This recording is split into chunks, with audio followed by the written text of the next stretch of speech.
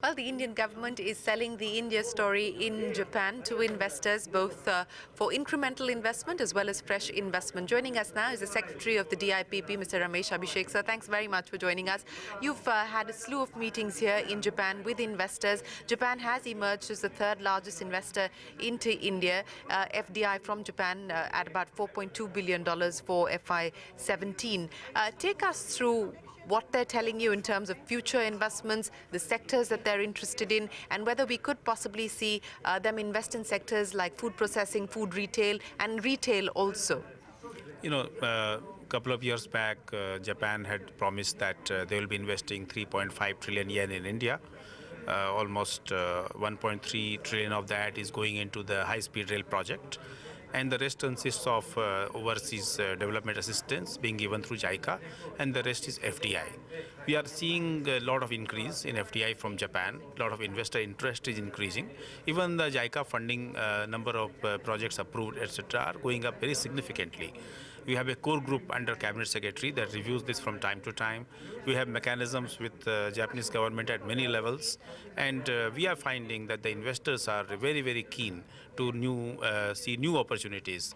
And as a matter of fact, with Japanese business, we have a fast-track mechanism for addressing their problems. And that mechanism also is working quite well. That is giving comfort to Japanese investors that their problems, which are bound to arise from time to time in any business, are being addressed on very high priority. The Commerce Minister said that the full potential of the CEPA has not been utilized by investors on both sides, perhaps. Why do you think that that's the case, and what can be done to ensure that we see not just a pickup in investment, but also in bilateral trade? As the Honorable Minister mentioned, I think the potential for more trade and more investment between the two countries is enormous. And there is a strong political commitment also at the highest level. Now it has to be made operational, and this is being done now. We are finding more and more Japanese interest, and for trade also. The events like this, I think, make a big difference. We had a very good event yesterday in Nagoya, and today also here, organized by JETRO. It was a completely sold-out event for them. They had 200 investors coming in here. So this just shows the kind of interest that it is increasing now. In the last 2 years, there is a survey, annual survey by JETRO of Japanese businessmen about where they would like to invest, and India has been figuring at the top. Let me ask you specifics in terms of retail. There was a lot of buzz around Uniqlo investing and setting up retail operations in India. Have you heard from them? Are they coming through the single brand route? What is the update? Oh, they have not made any such application, but we feel that Uniqlo has opportunities to source more from India, and they definitely. So this is something that we would like to encourage them, and we are working with them on that.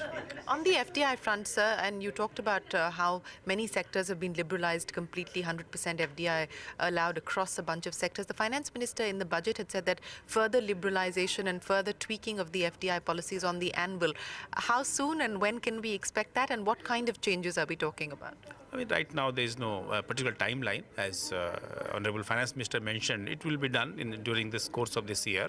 So there are always areas and even sectoral regulations which we would like to work on. So this is moving more sectors away from automatic from approval to automatic. Are those the likely changes? There are many changes that can happen, but we haven't taken any decision yet. But those could be some of the areas. And any new sectors that could see an opening up or further changes in caps, because most of it has already been done. Yeah. Is my understanding? Yeah, there's not much left actually. So anyway, that is.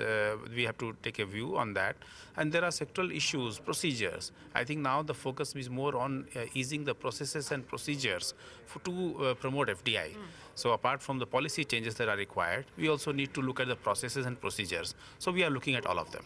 One of the changes that is anticipated is with respect to the food retail policy, where interministerial consultation has been on for several months now. Where do things stand on basically doing away with the conditionality of only allowing retailers to do food retail, but also allowing them to do other kinds of retail? That is also one of the proposals, as you mentioned, since last year. So it is also on the table. So when we decide on the reforms, that would be definitely one of the ideas that we have. Are we likely to see a decision, on the anvil soon? We don't have any particular timeline in mind. Okay. In terms of FDIs, and you talked about how we've crossed $55 billion in terms of FDI in FY17.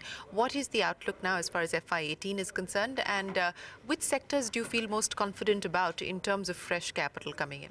It's very difficult to predict actually, but we are seeing a good growth as you can see from the numbers. So I'm sure this growth momentum will continue. And as we liberalize the policies and also the procedures, processes, and we do very active investor facilitation, the kind of work we are doing with Invest India, I think this definitely the outlook is much brighter than it ever been.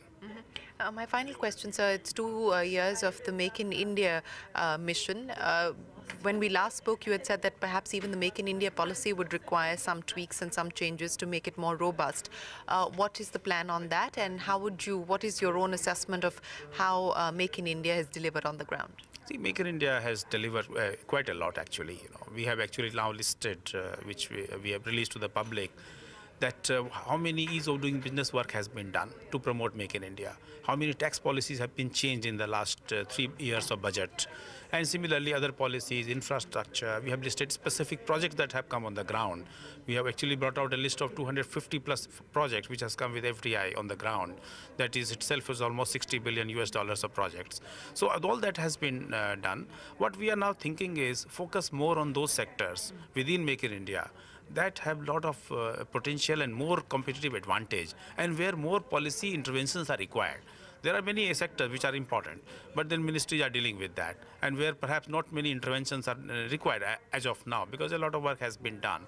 So whichever has more potential, where more interventions are required, those are the policy sectors that we are looking at. So we are having interministerial consultations right now.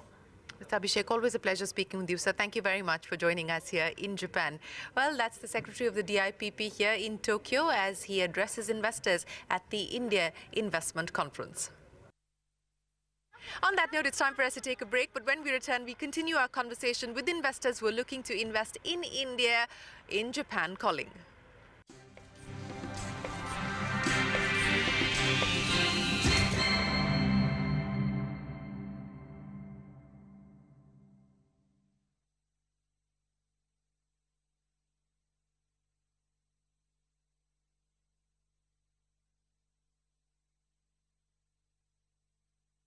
Well, the high-speed railway project is perhaps one of the most ambitious infrastructure projects that India is considering, and it's doing that in partnership with Japan. There have been questions raised about the viability, about the possibility of being able to